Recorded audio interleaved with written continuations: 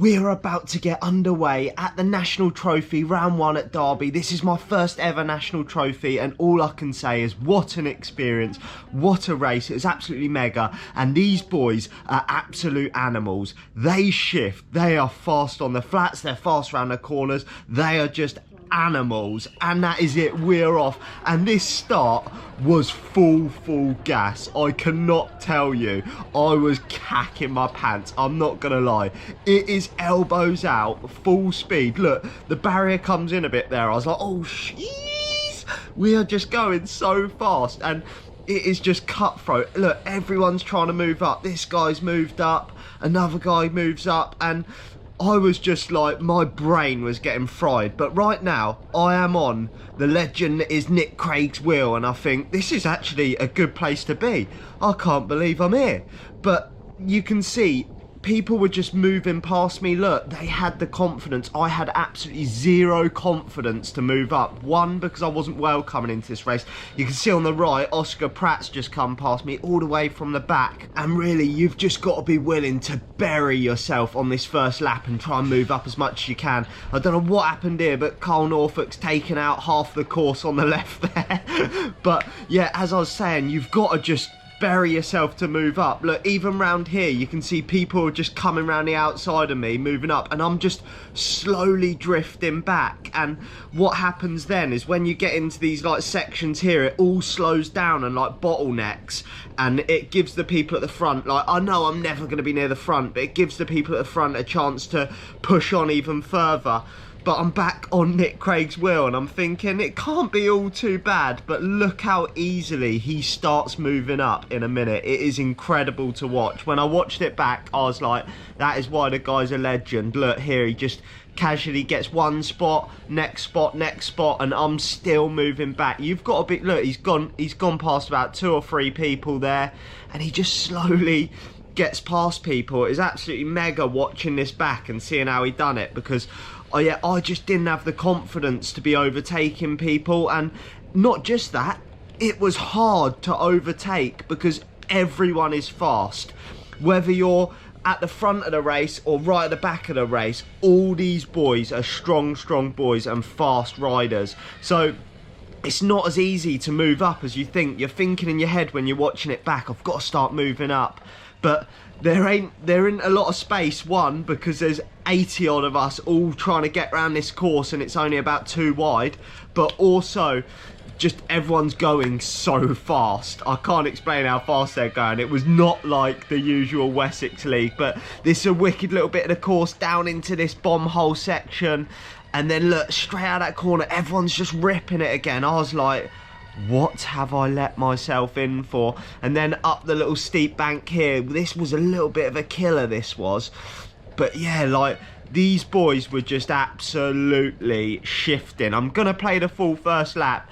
As you can imagine, the front of the race has well and truly gone right now. They're probably down by pits somewhere, but I was actually still with people, although I'd lost a fair few spaces on that first straight. That was just a confidence thing. You've got to be elbows out, you've got to be aggressive. I don't want to put anyone off if you're thinking about doing a national trophy, but it is full ponies down that start straight, and it's elbows out, and it's a full contact sport. There's no questioning it. It is full on, and the only way I'm going to get used to it is by doing more of these, because I'm not going to lie, I was cacking my pants going down that start straight, mainly because I was thinking if someone chops me and I go down, I'm going to have a day off work tomorrow, and that is not ideal. But we are back into the race now. Nice fast section here, and it was dry and fast, this course. It was full on, and some of the sections were just dragging like anything. But this little off-camber banks and stuff like that,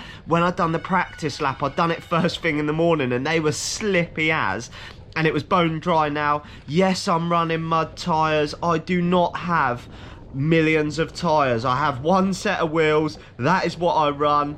It may slow me down, it may not slow me down, but I know I don't need mud tyres here, and people be like, you losing 20 to 30 seconds a lap, but they're the tyres I've got. So as you can see here, we're coming through this twisty little section before we get to pits, and you can just, there is just riders everywhere. You've got nowhere, like, unless you're gonna chop someone, you can't move up. Well, I couldn't, I was struggling to. I think that start straight is the key to the race, to get yourself in a good position.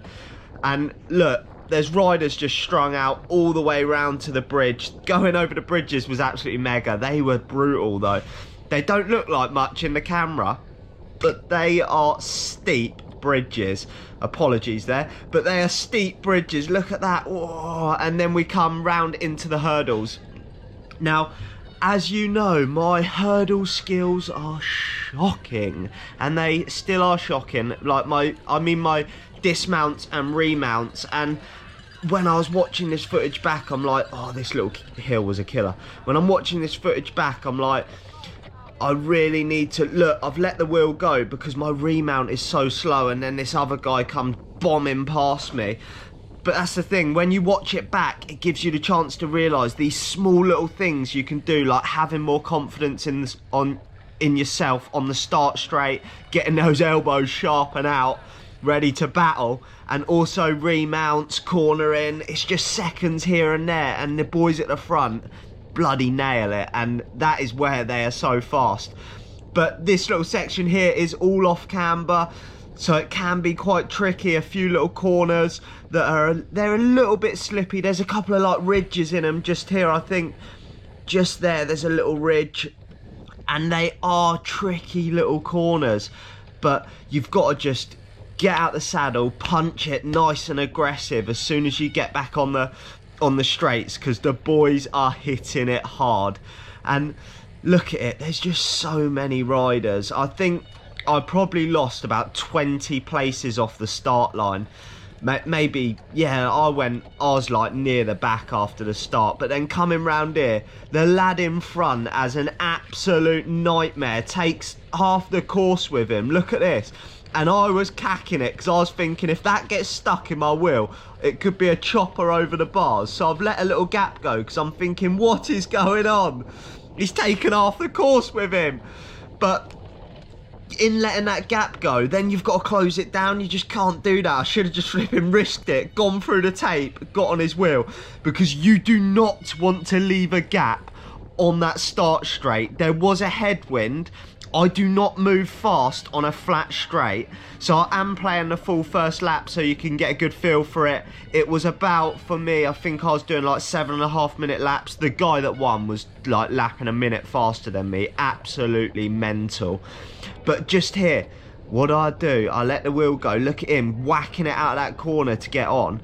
I'm just thinking, close the gap, close the gap, close the gap. And I didn't close the gap. And then I'm in the headwind. This headwind was absolute torture. I'm not joking. When you were on the wheel, it made a huge difference. But you can see I got gapped a little bit here. And I just didn't have the power on this flat section to get on the wheel and stay on it. And it's an absolute schoolboy error. I let the wheel go a few times, and you cannot afford to do it at this level because these boys have got some power. It is crazy. I cannot tell you how much power, but I've buried myself for the next half a lap to finally get back on. And I got back on down this little descent section and into the bomb hole. Matey falls off. You can't park there, son. And then there's a bit of a nightmare trying to get round that. So then little gaps start to open because tiny little mistakes. And then what do I do again? I just let the wheel go. It's just pathetic. It's lazy. And then when you let the wheel go, you're chasing again to get back on. You've already just chased, and then you're chasing again. But luckily 39 comes round here, and I jump on his wheel, and I'm like, you absolute legend. And I think he tows us back on. Just here, as we get into the hurdles, we manage to get back on, and then we're back in this group. There's probably about 5 or 6 of us, maybe even more than that, going through this twisty little section here.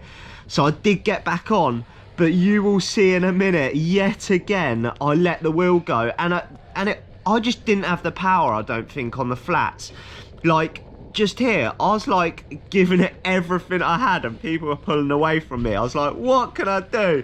So then I'm coming into this the start finish straight again, I'm like, do not let the wheel go. Don't be a numpty. Get on the wheel. Look at the gap I've already let go. Son, your tiny little twig legs are not going to shut that down. One day I will be good on the flats. This day was not the day, and it was absolute hell again in this headwind all the way down. But yet again, I managed to close the gap down to Nick and the group coming into this bomb hole section. I was literally having to bury myself every time to get back on because I kept getting dropped on the bloody flats. And you're not going to guess it, but I let the wheel go again in a minute. It's an absolute shocker. I think it's this next little section just here. Gaps start to open and I'm like, oh God, here we go again. I'm about to get dropped again. Now, I don't want to put my excuses in there, but I'm gonna. I was unwell on this day. And look at this. Look at this remount. I've jumped on a bit here. Look at the gap he put into me there on a remount. That is shocking. You cannot afford to do that at this level. It's ridiculous. But these are little things that I need to work on, and slowly I'm going to get better at them, definitely. I'm working on them as much as I can, but I get back on. We're coming into the start-finish straight again, and I'm thinking this time, do not let an inch go. Smell his back wheel. Uh-oh. I've let the wheel go again, and I just didn't have the power to go with it. Like, literally. But luckily here, Cole Norfolk saves the day. He comes round me. The man's an absolute monster on a flat. Look at that. I was like, you legend. He just absolutely whacked it down that straight. Got us back onto the group. I was like, thank you, Cole. You absolute hero. He literally saved my race at that point, because I was just thinking, I don't know if I can keep closing this gap down every time I get dropped on the flat. But I'm working on remounts, dismounts, everything to try and get these marginal little gains. But so you can see here, we are now back in the group. And if you look, the second rider, guess who it is? Oscar Pratt. You gotta be kidding me. I come 3 hours to Derby and we're still in a battle at Cyclocross. You could not separate us. But coming into the hurdles, you can see some gaps getting opened again, and that is purely because the boys on the front, Nick and Oscar, were pushing the pace at this point, and I was just thinking, oh boy, this is hurting. We're half an hour in. I don't know if I can stay with this pace, but I jumped back on and I was like, this time, son, you are not letting a gap go. You've got to be glued to Cole Norfolk's wheel and get that toe down. And I am not kidding you. The difference of being on someone's wheel down this start straight was mental. It was like, I'm not going to say it was easy, but it was like a recovery compared to being on the front. It was absolutely ridiculous. But then I started to build confidence. I saw some gaps going and I thought, you know what? This is it. I'm going to start moving. It took me half an hour to actually get some confidence in this race and overtake people. I couldn't believe it. But I saw Nick and Oscar starting to pull a bit of a gap. So I was like, I'm going to whack it, bridge straight over to them, not let that gap go. And that was it. It took me about half an hour to actually think, I am racing. Like, the first 30 minutes, I was just trying to survive. And then I started to build confidence as the race went on. And that's what was good about it. And I actually started to enjoy this race at this point. Because I was like, this is it. I'm feeling much better now. I've started to build confidence and I'm moving up. So I jump onto Oscar's wheel. Nick's leading it. But they were pressing on and putting me in the hurt locker. I'm not going to lie. I think it was around this next section. So you can see down the bomb hole. And they were just putting the hurt on me. And then jumping forward into this next bit, you're going to see again my absolute shocking remounts. I tried to move up here, but Nick's just a little bit quicker running. And then watch the remount. I'm not so bad on Nick, but look at the gap Oscar put in. He is really good at the remounts, dismounts, and it just highlighted it there. But coming back into the start finish, we are about 40 minutes in now. And you know what? I did not let the wheel go this time. And big up Oscar here, because he towed us all the way along, down past pits. it must have been hell for him on the front. But like I said, I was sitting in, and you can see the heart rate's dropped down to 170 now. It's because it was a massive difference. And I was starting to feel good here. So I was like, sod it, I'm going to go. I'm going to put a little move in here. So I'll go up the inside, whack it, and I'm like, here we go. I'm actually racing. This is getting exciting.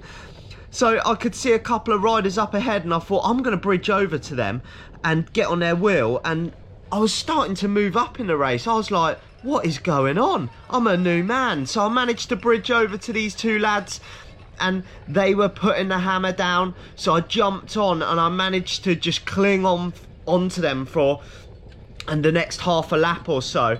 And they started to shut down the distance in front of them to the next guy as well. And I was like, this is absolutely legendary. I am moving up at a national race. So you can see here the guy on the right, the rotor guy, we're shutting the gap down to him now. And when I say I got chopped, I got chopped. I am all for a dirty racing move, but I like to think when I do it, I keep it fair. And I don't know, think what you want. You might think this is a fair move coming up, but I get chopped big time. So I'm on the Liv guy's wheel here. We're moving up, and we're closing the gap down to Rota now. I don't think he realises we're there. So the Liv guy whacks it, I whack it as well to come over the bridge. And now I've got in front of Rota guy, and look, I'm holding my line, bang! He just takes my front wheel out, and I almost hit the cameraman. I then get stuck in the tape, and the two behind come past me. I lose about 5 spots. I'm gonna show that again in slow-mo. Look, holding my line, he comes straight across, whacks into my front wheel, sends me straight into the cameraman. That was Chop City. I could not believe it. Look, in slow-mo again. He comes across, he gets the elbows out, and he chops me big time. Look. Bang! Straight into my front wheel. My front wheel just went flying, and I was like, oh shit, I've got to take the cameraman out. And then I got stuck in the bloody tape just as I was starting to get into the race and start moving up. Absolute nightmare. So I lose a place there, and obviously on the run up I then lose another place, because I think just here Oscar comes round me as well, because look at my shocking remounts. And then I was back to square one after absolutely burying myself a minute ago. So last little bit of action. For those that don't know, there is an 80% rule in cyclocross, basically to get us choppers off the course. What it means is once the leader's like so far ahead of you, they take you off the course. You don't actually know when it's going to happen. It just sort of happens, and then they take you off the course. So this is actually the last bit of the race for me at the 45-minute mark. The Belgium guy that won was miles ahead of us, so they pull you off the course so we don't get in his way basically when he's racing.